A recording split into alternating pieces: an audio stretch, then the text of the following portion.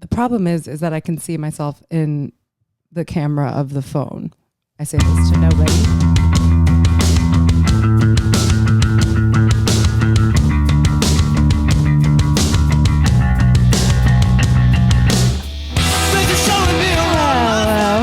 Hello. Welcome to Cut Classroom Crush 2.0 Las Vegas. Las Vegas? I'm not in Las Vegas.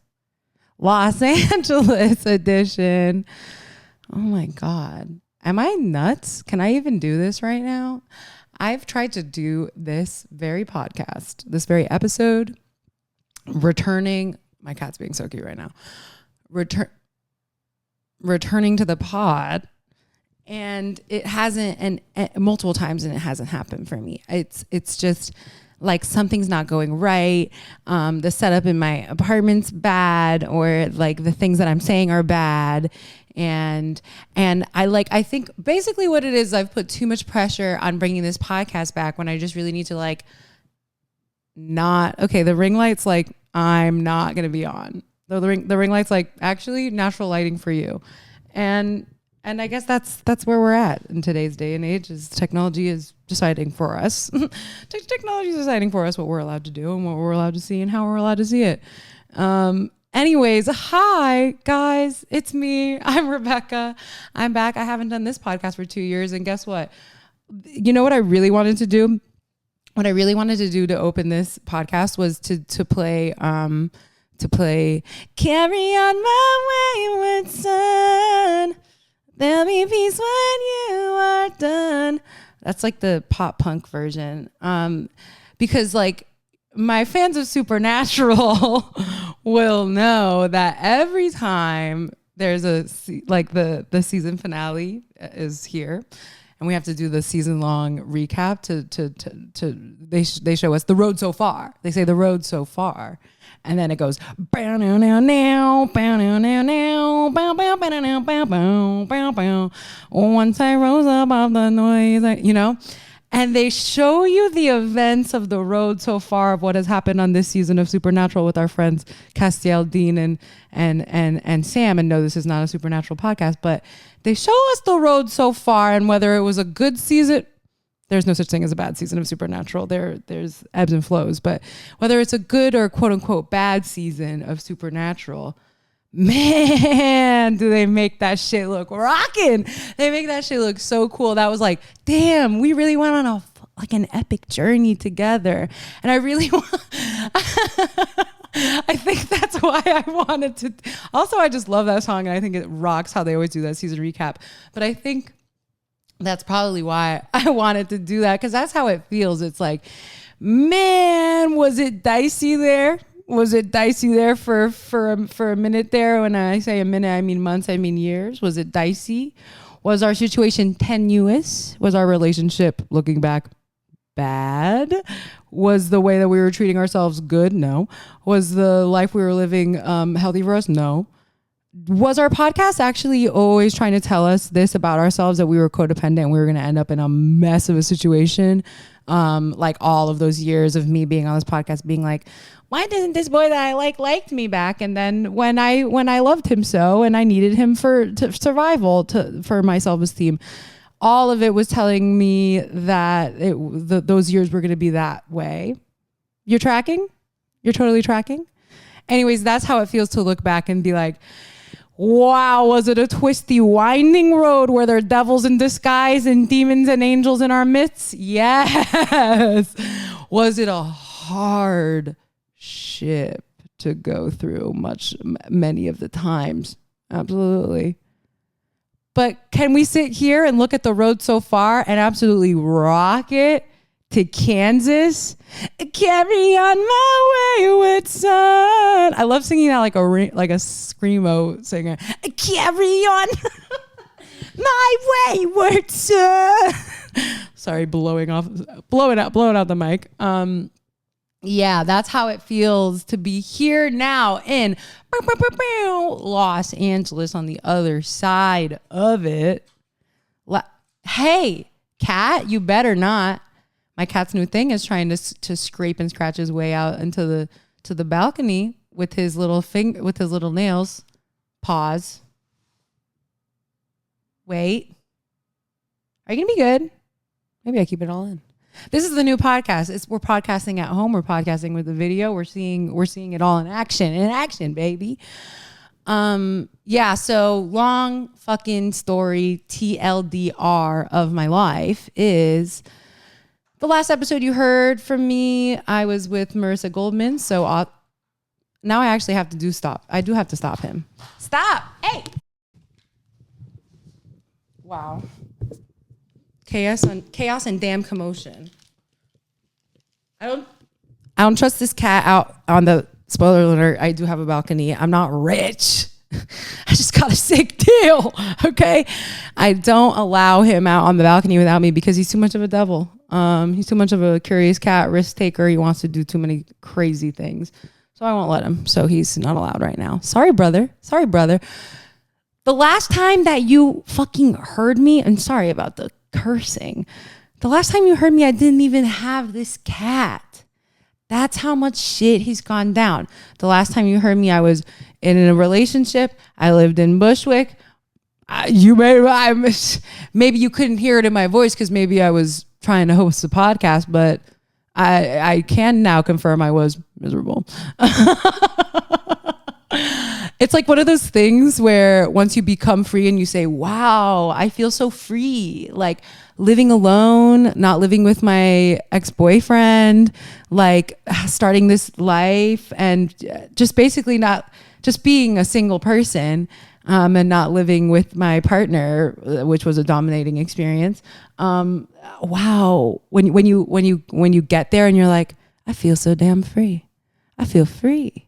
And then you go, oh no, why do I feel free? Because if now I feel free, that entails that I must have felt not free in the past. When you feel that you have been broken free from a cage, that entails that implies the implications of a cage. And listen, part of the reason that this is the third time I've tried to do this podcast and bring this back and do my thing and talk my shit is that it's touchy subjects. It's my real life. It's stuff that I'm still processing. And it involves people of my life, but it feels dishonest to not share because if anybody, okay, cool bird activity outside. If anybody who's listening to this now, listened to this at any time before, I feel like I owe you an explanation.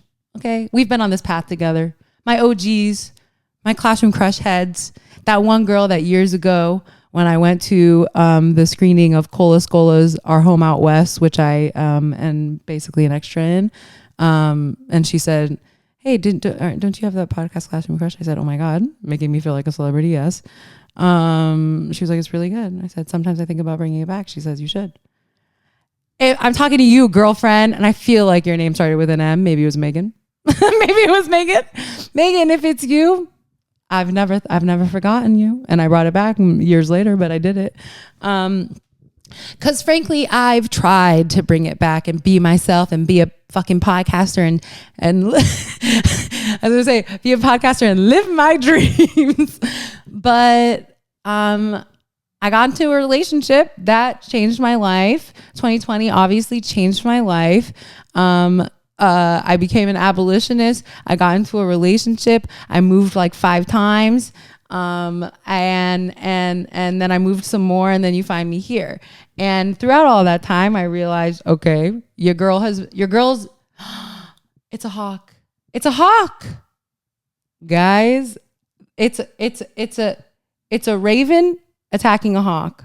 They've been doing this. Now these ravens, and I don't play favors with birds. Like whenever I see a bird, I'm never going to be like, oh, that's just a crow or that's just a sparrow, right? It's never just because you're an immaculate creature and you contain universe's intelligent design within you. But of course I have favorite. I like I love a hawk. And if you're like, what the fuck is this bitch talking about? It's because guess what? Yeah, I have a cat now and I'm also a fucking birder now. Because sometimes what happens is you get, spoiler alert, punched on the train 2 years ago.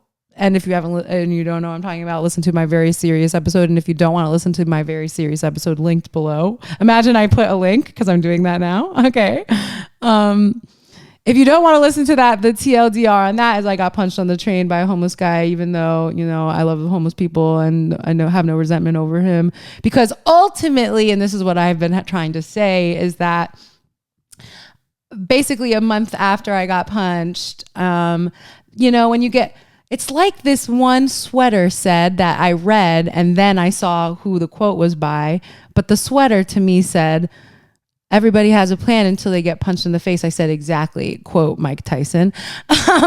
Everybody had a plan. I had a plan.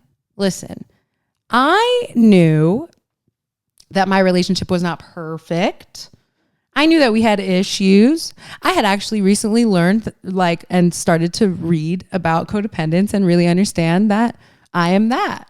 And that information to me was key. It was knowledge. It was power. Knowledge is power. I now have the secrets. I've been fraught with these relationship dynamics for this whole time. Let me make sure nothing's wrong. Everything's fine. Okay. I've been fraught by these relationship dynamics my whole life. If you're wondering what happened, I heard a bloop. And then I said, is everything right with my technology? Because I'm doing all of this by myself. Nobody else can monitor what's happening. I'm a multi-hyphenate in many ways out of necessity. Okay. So what was I saying? Right. I get punched. Right. So I knew my relationship was not in a great place. I knew that changes needed to happen. And I had given myself a deadline in my mind, you know, and that was, frankly, always an unrealistic deadline, but you know, she was trying. That deadline would ultimately be in 2 years, would be by the end of our lease. I was like, okay, kind of if I'm trying so hard and things aren't better, then maybe by then it's time to think about ending things. Now, mind you, that would be going from like a 3-year relationship to a 5-year relationship, which, you know, if we start talking about the codependence, you know, that decision in and of itself is exemplary of so much, where I'm like, sure, things are frankly horrible right now, but I could kick it for 2 more years in case it gets better. 2 more years of my precious life on this earth that, you know, that's dwindling every day. So that was an issue. And guess what? Life came around and said, bah, punch in the face. Never mind on that plan. You have to leave now, because it became untenable to be in the relationship after I got punched in the face and had PTSD. And you know, it took many months and dramas, and I won't get into them. And, you know, who knows?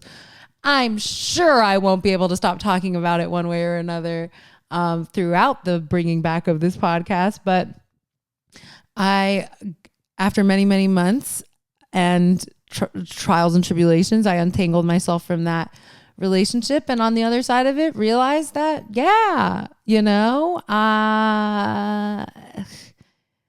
no bueno. Okay. Not great. Subtly, covertly, my boundaries were diminished, if they were ever there, or respected at all to begin with. Let's be real. And I really devolved. And I was not like safe and good and healthy in that relationship, not in that apartment. And I had to leave, and I did. And it was really fucking hard. Wow. It was the hardest thing I'll ever do in my damn life. And yeah, whatever, I'll say it. It was like an emotionally, you know, psychologically abusive relationship. It didn't cross into the physical, but like, yeah, you know, at some point you get used to the banging and the throwing and the pots and the pans and the breaking this and the throwing and the anger. You get used to an anger, like a simmering tension. You get used to a simmering, you know, fear, which is a word that I did not want to use for myself for the longest time. And I can read back in my notebooks, my morning pages books, and like see all of the ways that my language is trying to skirt around the truth, even though my body is frankly screaming at me for years to get out. Like looking back, I had so many health issues at the time, like some things that were externally motivated, you know, but like a lot of stuff where it was just like, it just feels dank in here. And like, or like everything that is usually a little bit bad. Like I've always had headaches and I had undiagnosed PCOS this whole damn time. Surprise, surprise. And you know, I've had my knee problems for the longest time and blah, blah, blah, blah.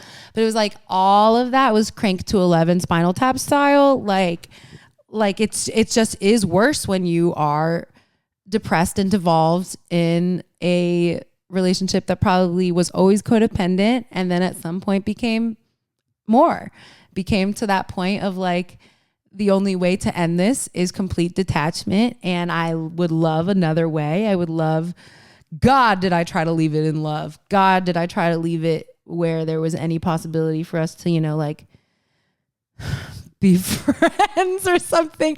But that's just not the way it works. Like it's kind of almost, I mean, it's not almost, it is like statistically scientific vibes.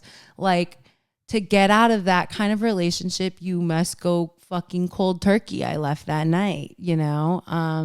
It was rough. Like I said, worse. You better not, Kat. Fred, come here. Come here. Well, and now he distracts me. And now another cat distracts me. No, yeah, I mean, it was the hardest thing I've ever done. And I'm pretty thoroughly convinced that it's the hardest thing I'll ever do, because after that, I will never, and you heard it here first, and I'm putting it on the damn fucking record, so any of you can call my ass out. Well, not any of you. Well, I mean, it's funny being on the other side of a relationship that others also deemed, you know, probably not good for a long time. And they told you in their ways here and there, but like now being like almost 2 years, you know, I'm coming upon the 2-year anniversary of leaving, which is nuts. But hello. It's interesting to hear people's real perspectives now. And sometimes they'll tell me things where I'm like, well, you could have told a bitch. You could have told a bitch. But I also know that a lot of them probably tried and probably did. And it didn't matter, because nothing was that anybody ever told me, even if it was the exact same thing that I heard in my own mind, but tried to bury, you know, never put down in my morning pages. Never until it really was real did I write down thoughts of leaving.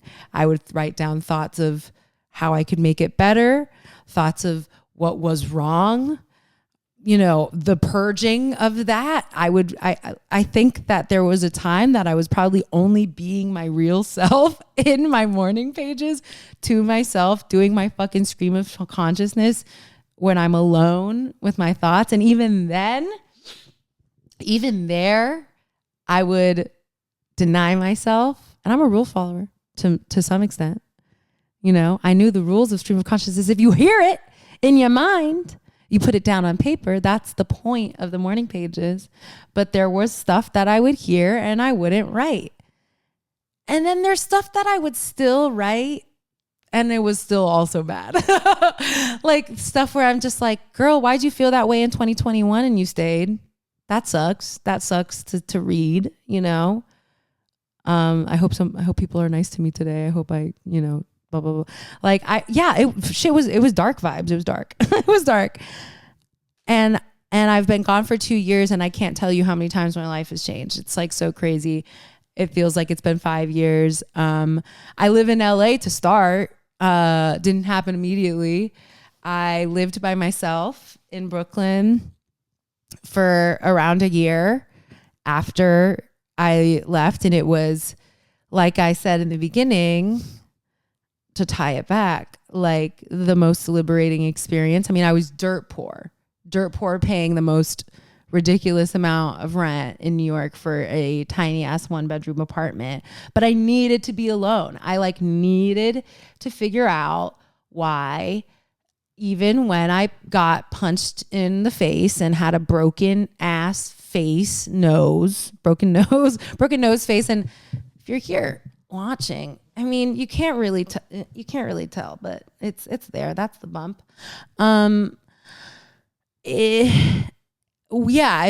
If after all of that, I'm still managing to take care of the other person in the room with me when my nose is throbbing and the trippiest pain of my life, by the way. And I have a high pain tolerance. I'm a clumsy bitch, and I've been through a lot of little injuries, and that one was nuts. I mean, they didn't give me any meds.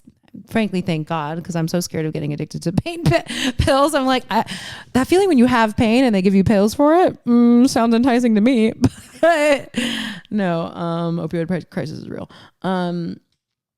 But yeah, I mean, it was nuts, the feeling. And then it's like, I would cry because of my life and because of how, my relationship, like, wasn't really supporting me in that experience. And it was horrible. And I would cry. And then when I would cry, my nose would get swollen, which would make it hurt more. And making that hurt more would make my head hurt more. And then I just have an hours long sesh of just like, what if your entire face hurt and was throbbing and radiating, and you're just like, why is this happening to me? Why? But yeah, sometimes it has to just, I guess, get that bad in your life to make a change. But I know, all that being said, I feel like I know intimately well now why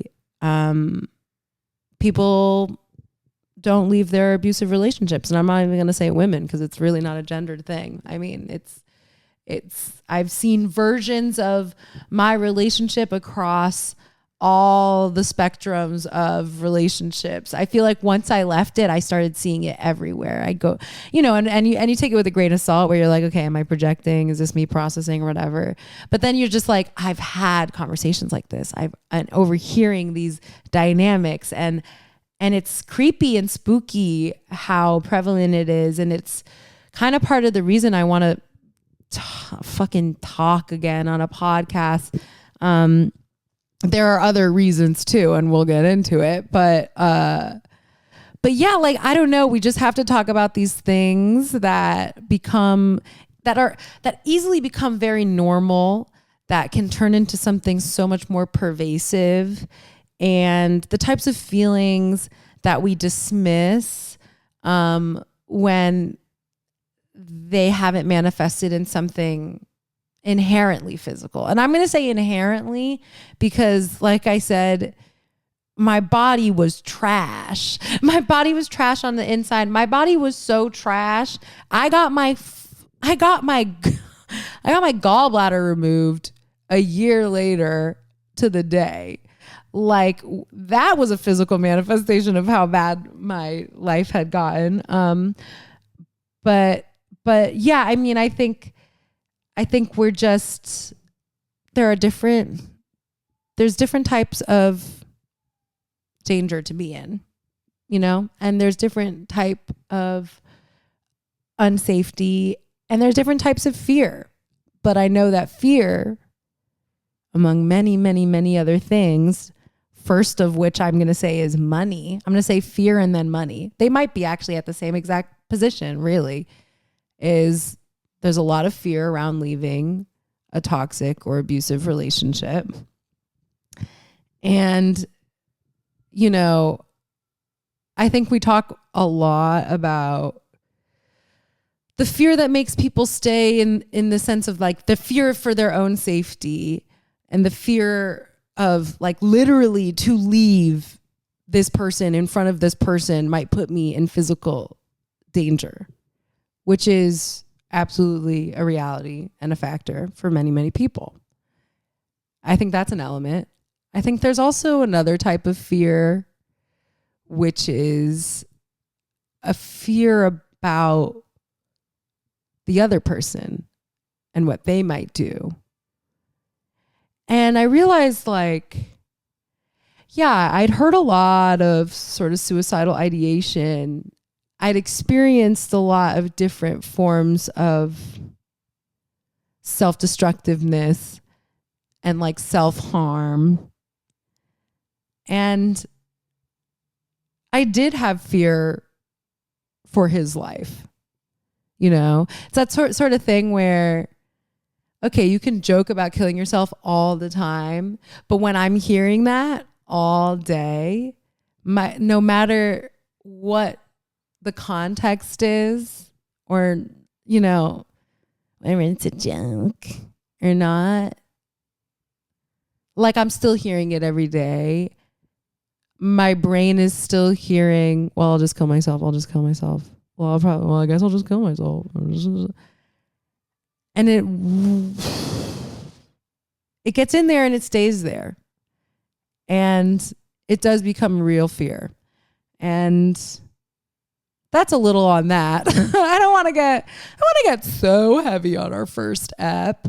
But yeah, so fear is at the top of the list. I don't want to get so heavy on our first ep. Let's talk about why people don't leave their abusive relationships. Fear is up there. Money is also up there. Money, and I'm actually, and I want to challenge it because it's true. Money. It's money. In the context of our world and capitalism where we have to pay to live, it's money, because it's just not so simple to just leave your very entangled relationship. Many people end up in these relationships that are not easy to just, you know, pluck yourself out of. You're usually living with the person, on a lease with the person, or just like so enmeshed where you are one person, which I know that was the vibe for us. I know wherever we went, it was always the two of us. It's where's he? If I wasn't there and she was, you know, like we were that. But I think a pattern is a relationship can stay seemingly okay, cool for like a year.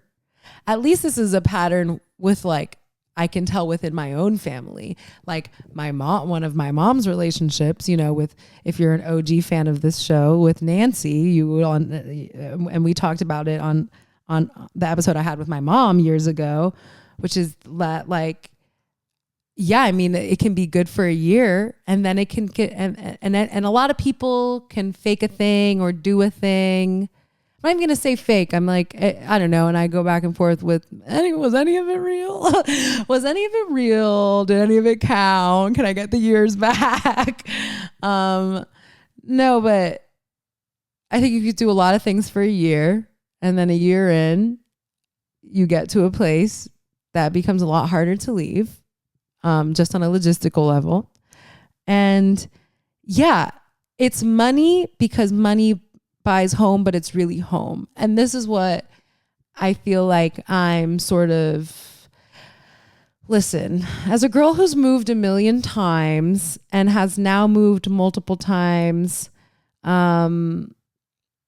because of, you know, a violent act that happened to me by a person also who didn't have a home, because I left New York not just because of my relationship, but I left New York because after months and months of, after, you know, a year of surviving, I realized that PTSD is no joke. I really have it. And taking the train everywhere to live life is going to be hard when you have PTSD from when a guy punched you on the said train.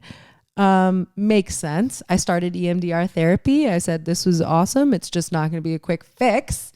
You know, it's going to be a process. So I started e-biking everywhere. That was really fun until it started getting cold and I couldn't do that anymore. And I said, well, that coping mechanism has run its course. And so I started thinking about like, yeah, what if I can go somewhere that I can be outside all the time and I don't have to take a train, where no matter if I get externally like actually super triggered by someone, just like no matter what, I'm going to think about getting punched on the train at least one time when I'm on the train, you know? So all of these things combined into me starting to think about leaving New York. And then I stayed in my apartment for a year. I was actually supposed to be there for 2 years. And then you guessed it, my ceiling collapsed on New Year's Day. My landlords, who are evil, and I will be coming for you. Coming for you, motherfuckers. Once I know exactly where to file this, county wise, I will come for these motherfuckers because my landlords did blame me. They did say that I tore down my own ceiling, and basically, I mean, it rendered the place unlivable, frankly. And I was like, and they did some patch job, and I just know fucking better. And then at that point, I was like, truly, literally, fuck these people. You don't deserve any of my hard-earned money, which I have not that much of at all. So I'm going to leave. So I left, and then the plan was to come to LA early February. I packed all my shit in 4 days, put it in a storage pod, had the storage pod moved to LA. I said, I'll meet you there, stuff. I'll meet you there, life in a box. And then when I left New York, the LA fires started. So life was like ping pong, like I'm like here absolutely craving stability, and life is like, not yet, girlfriend. We're still on the ride. And this is where it's all funny. And when I say funny, I mean not funny, in the sense that, like, yeah, my ceiling collapsed. They were trying to fearmonger me because they like to try to make me think that I was liable for damages and I was going to have to pay for it. It's the sort of stuff that they do to these low income families and immigrant families in places like Sunset Park, where these motherfuckers come in and simply destroy lives. And yeah, that pretty much rendered me homeless. I did not have that apartment anymore because I was not going to stand to live there knowing that shit was that way, and fuck those people. But then I was like, well, New York is already becoming very hard for me to deal with. So we go back to Miami. We go home. Talk about a Saturn return, folks. We returned home to the setting of The Classroom Crushes themselves. Sunny South Florida, 305, Till I Die or Till I Move. And then back to Till I Die, because now I have pride. Because I have to, out of sheer rebellion, because of what a fucking disaster that place is, really. I have to love it and fight for it somehow. I don't know, by leaving. I contemplated staying, and I had some people from high school, being very wise and whispering in my ears about being the change that you want to see in the world. And I said, absolutely. But I'm simply a little bit too far on my path towards revolution to deal with like such a Zionist city. Like, it was wowza. Like, I was shocked. Like, I forget, because I'd been in New York for the last, 7 years or whatever, that like, it do be like that. It do be like that in a lot of places. It do be Israel flag hostage billboards everywhere you go. Not one Palestine flag. I was very privileged in Sunset Park to have all of the Palestinian, community there, and not have to feel psychotic, insane in the membrane in the city I was. Miami made me a little psychotic, insane in the membrane, but it was also good. for reflecting. As in, I had a few months that were so dank and horrible.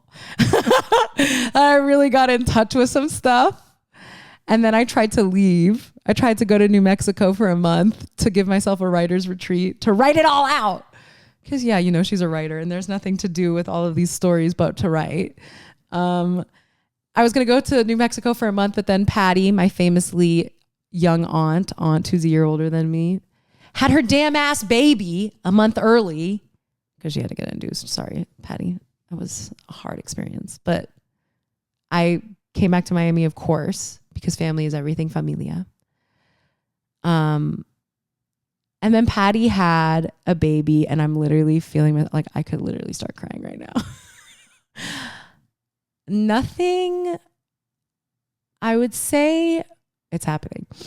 I would say that nothing in the last 5 years made sense. Well, no, that's not true. A lot made sense, but a lot of it didn't. And a lot of it pushed me the fuck around my limits. It really put me to the edges of my personhood. Does that make any sense? I experienced a dark night of the soul. I went to like kind of the lowest places I've ever been, where like I'm crying toddler tears, like tantrum tears, like, is he gonna be okay? Like craziness, to like, there's so much, but it was nuts, right? I went through a lot in the last 2 years, and I craved, it started in the last 5 years, but really it started at the beginning of my life. Actually, it started at the beginning of my mom's life, and actually it started at the beginning of my grandma's life. Because if there's anything that I know after all of this, is that it's fucking intergenerational, and that these stories repeat themselves until somebody fucking does something about them. And not to give myself a pat on the back, but also to give myself a pat on the back, because I did. I did. At this point, when I'm beginning to get emotional, as if on cue, my father calls me back, immediately shutting that down. Sorry. I did end the cycle. No. This Is Us. Not This Is Us. This Is the End. What's the movie? That's the Seth Rogen movie. What's the movie with Blake Lively? I literally was an extra in it. It Ends With Us. It Ends With Us. As in, you know, I saw a pattern that went from 10 years, maybe with my grandma, to 5 years, 6 years with my mom. And for me, it ended up being like 3.5. So we're doing better. We're scaling up.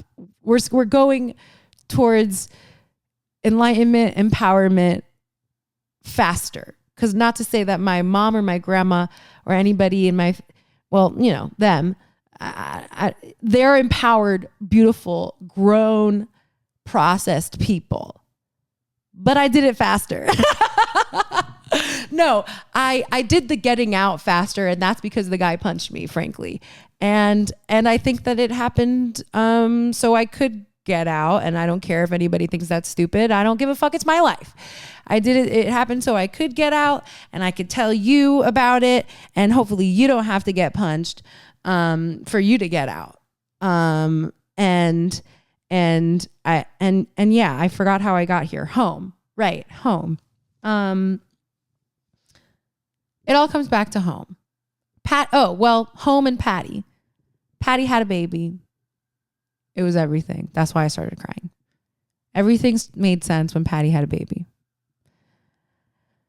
Because it's the best baby that's existed. Sorry to other babies. But also it's like so trippy because I look just like my mom, and Patty's baby looks just like Patty did when she was a baby. And we're like 13 months apart. And I just feel like I am my mom. And when I hold Patty's baby, it's like I'm holding baby Patty. And in my arms, the children of the future. I'm holding the future. I'm holding this kind of baby. And yeah, I'm thinking everything. I'm looking at this baby. I'm saying, wow, this is the most beautiful baby I've ever seen in my life. Incredible baby. So smart, genius. Literally, she's doing things at such an advanced pace.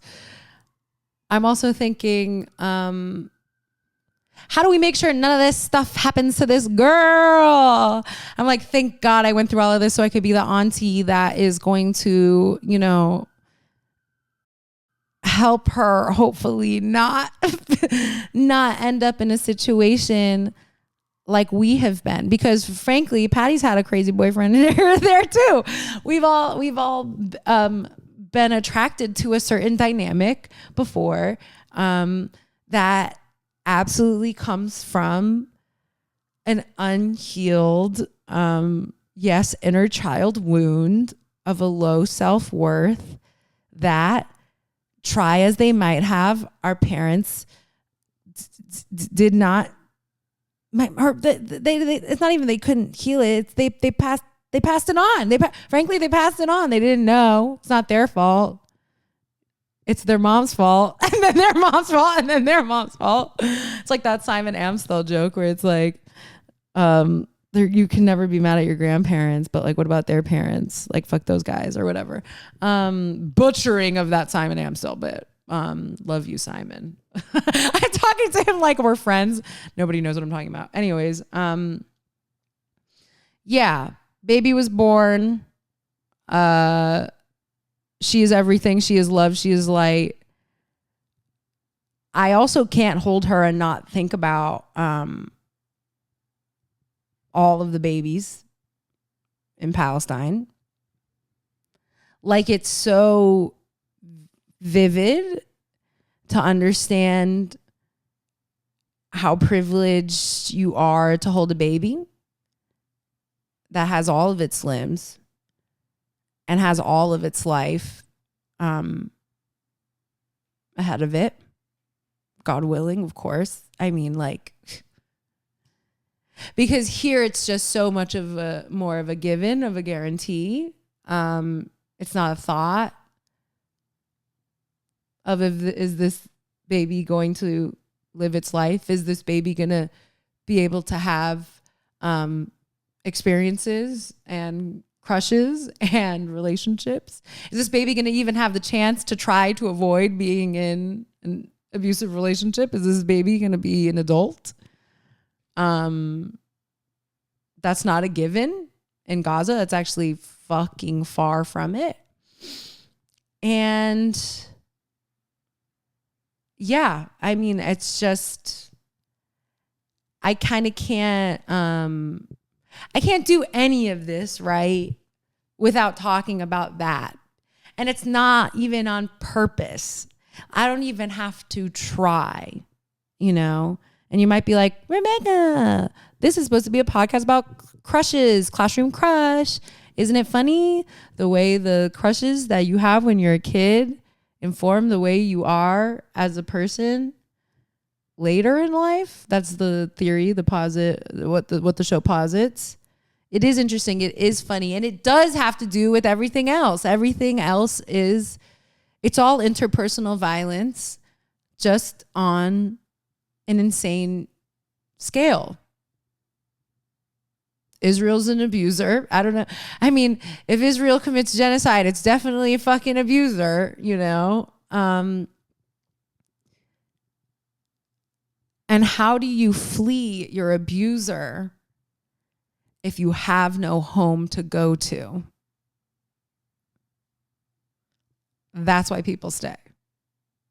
If they don't have a home to go to, they will likely stay.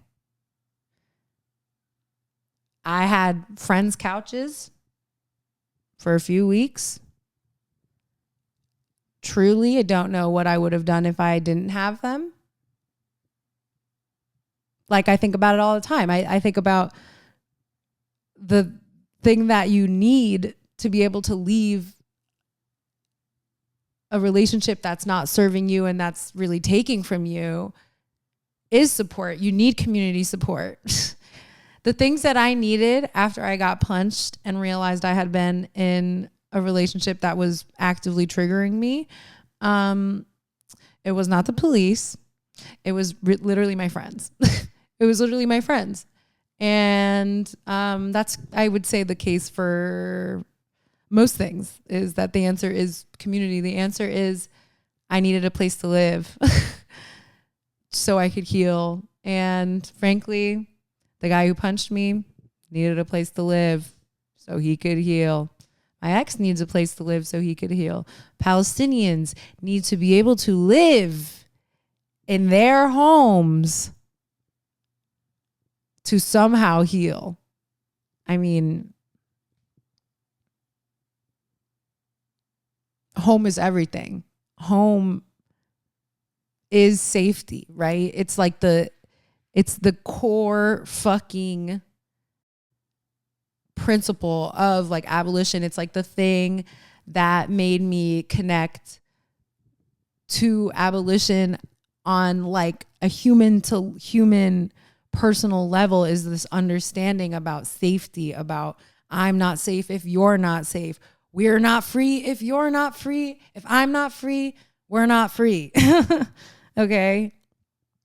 So yeah, I think about all of it mixed up in one big soup of, sorry, soup was a horrible word, but I don't know, it just came out.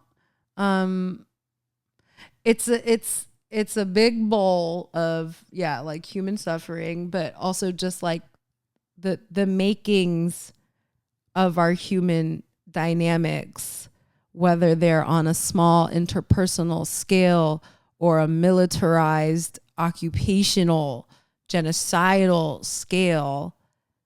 It's all the same thing. It's about what we need to be free. What I needed to be free was a home, was food on my plate, was mental health care, still seeking, of course, because your insurance situation just doesn't get better just because you've gone through trauma and drama. And those are the same things that fucking everybody needs, you know? And if you don't have safety within your home, then you're not free. You can't be free. You literally can't be free.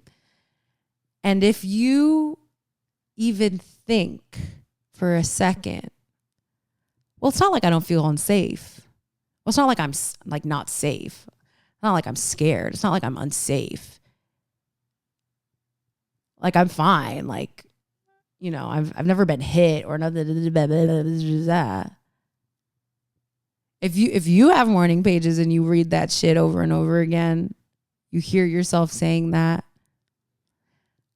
I urge you to consider why you're even thinking about it. I urge you to think about if you've ever heard any of your other friends describe their relationships this way. And I urge you to consider what safety really means to you and what safety really means in your body. And I urge you to seek it because it's everything. And yeah, things are horrible. I can't believe the atrocities that I see every day on my fucking phone. And I also can't believe some of the small little hypocrisies that happen every day, that inform the way that we're living, that continue to uphold everything that is making these atrocities possible. So yeah, we're probably going to get into it on this fucking podcast. All right. I've come to LA to abolish the cop show. You heard it here first. I am seeking representation. Because yeah, I'm going to go back and forth until the day that I die about whether or not art matters to things like active genocide. And I'm going to continue to try to make it so, because I think that what we see becomes what we know, and what we know to the people who give a fuck can become what we do, and what we do can simply make change. And I know that it sounds optimistic, and I'm not on a go vote blue vibe about it. If you're here, if you just got here, that is not the vibe. But I am like, let's talk about cops. Let's talk about prison. Let's talk about why it's all still tied to Palestine, and we shan't separate the two. We shan't separate the inherent violence of incarceration, begetting violence. We can't separate it from interpersonal gender-based harm. We can't separate it from colonization, occupation, and capitalism. We can't separate it. It's all the same shit. So let's start addressing it as such. I'm so here for people starting to get into it. I mean, it has felt absolutely insane to watch people like not post about genocide until it became like a full-on genocide. Definitely like the post thing. Like, I know how stupid it sounds, but it's like, you know what's even stupider? How it takes 2 seconds to do and you still won't do it because, you know, I don't know, you think someone's going to think you're cringe or something. I don't give a fuck, brother. I don't give a fuck. Okay. Wasn't trying to get riled up, but it's hard not to. All that's to say, I know that, and there's been a lot of like messaging about this, like in life, I feel, and frankly, in astrology. Yes, I'm astrology now. Sometimes you get punched and you have to get into astrology. Okay, leave me alone. But I was into it before, but it's more now. I understand that we're going to have to get rid of the idea of being perfect to work together towards real shift. But I think, and I think that's true. I think that's true. But I also think that can't be at the expense of at least trying to learn about how we can be deeper in our understanding of solidarity and deeper in our understanding of the day-to-day mental ways that we are, I got it. Hold on. The mental day-to-day ways that we've been trained by white supremacy, by patriarchy, that we've been trained by the prison industrial complex to think about things certain ways. I think we really, really need to break down our understanding of justice, because there is where we will find the answer to it all. And that's where you'll probably find out that you might be an abolitionist. Guess what? And and that might sound like a scary word, because what? We have to tear it all down. We have to end the empire, maybe, but we also get to create something new. And wow, doesn't that sound so scary and impossible? Sure. But look, have you ever looked around? Have you ever looked around? Have you ever thought about electricity? Have you ever thought about roads? I think highways. People did that. People with their big brains did that somehow. I don't understand it, but they did. And if they could do all that, God, I know that we can get the fuck out of this. We can get the fuck out of this, because I know we don't agree with it. We don't believe in it. We don't think we should have to pay to live. We should be able to just live just like birds and frogs and lizards. Because the earth has all of it, and we know how to use it because we've done it. It's all around. We've done it. Imagine if we did just detached from all of the ideas that need us to make them legitimate. They're all just ideas, concepts, laws, laws, taxes, words. None of them mean anything if we don't give them power. Stop paying your taxes. So that's kind of like the vibe. I mean, it's going to be fun. Listen, it's going to be fun. This is who please allow me to reintroduce myself. My name is Rebecca. I've been doing this podcast since 2017. I dread the idea of ever listening back to all of my 21, 22, 23-year-old scramblings of ideas and thoughts and words, but I put them out there. And because I love podcasts, and I basically invented loving podcasts by writing for AV Club Podmas. But I'm that girl. I still am so horny. And we'll talk about it when that feeling when you're horny, but you have PTSD now and you have trust issues with your body, but you want to do it. You want to kiss and suck and fuck. But it's complicated now. We're going to talk about that this season because girlies, boys, girls, non-binds. I don't know if that's good. All of the above. We're gonna get into it. I'm still that girl. I'm still horny. I just have some PTSD now. I just have a new slant in my nose. And I actually am fucking incredibly enlightened now. And I'm basically the best version of myself. And I am wondering why there's a Goodyear blimp flying around. Sorry, I'm distracted. I still probably have undiagnosed ADHD. I just got on insurance. If I find a therapist, psychiatrist that takes my insurance, I will be taking them immediately.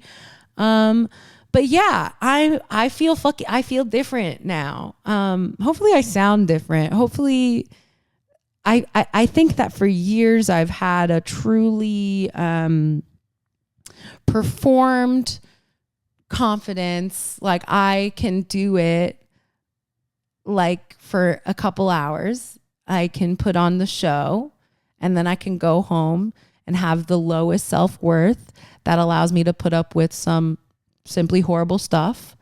And that's the girl who used to host this podcast.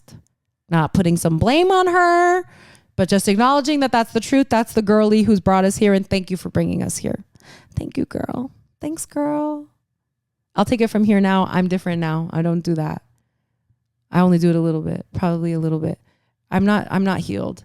As I begin to try to start to date again because of the previously mentioned horniness, we'll see how on track I can stay when it comes to my self-worth. But I just know I know it'll never be like that again. Cause I've looked back at pictures. I've looked back in my mind's eye. I've watched videos. I've been really trying to discover this girl, who wrote so many things in so many notebooks, for so many years. I'm trying to understand her. I'm trying to understand when things changed. I'm trying to understand how she got so small. And I'm trying to forgive her first and foremost. Okay, and then I start crying again. I do have to forgive her. But then I also think I have to I guess let her go. Because I think for a long time in this processing, post punch, post breakup, I've been I'm trying to get back to who I used to be. I was fun and funny and I could do the show and all of these things. And I wasn't so small and I didn't care about being loud but it's not true. Like who I used to be is who got me, who put me in all of those positions. And who I used to be is has not even begun to process all of the things that made me able to get so teeny tiny like a little snail. And that's how my life felt, so sluggish, just dragging along. So now I aspire to be something new. I aspire to be me now, which is someone new who has done a lot of different amazing things. My name is Rebecca. I love birds. I love stones. And I'm talking rocks. I'm not oh my God. I'm not buying stones. I'm not buying crystals. I'm talking about, I'm going out, grabbing a rock, being that's a good one. I've found some good ones through that. I'm a girl who's pretty much obsessed with the intelligent design of the natural world around her. I feel that this is something that a lot of us are coming to, and I think it's no coincidence. I think we're all sort of disillusioned with all this fucking bullshit because we know it's all a lie. And you know it's not a lie? The fucking trees, man. The root systems of the trees, man.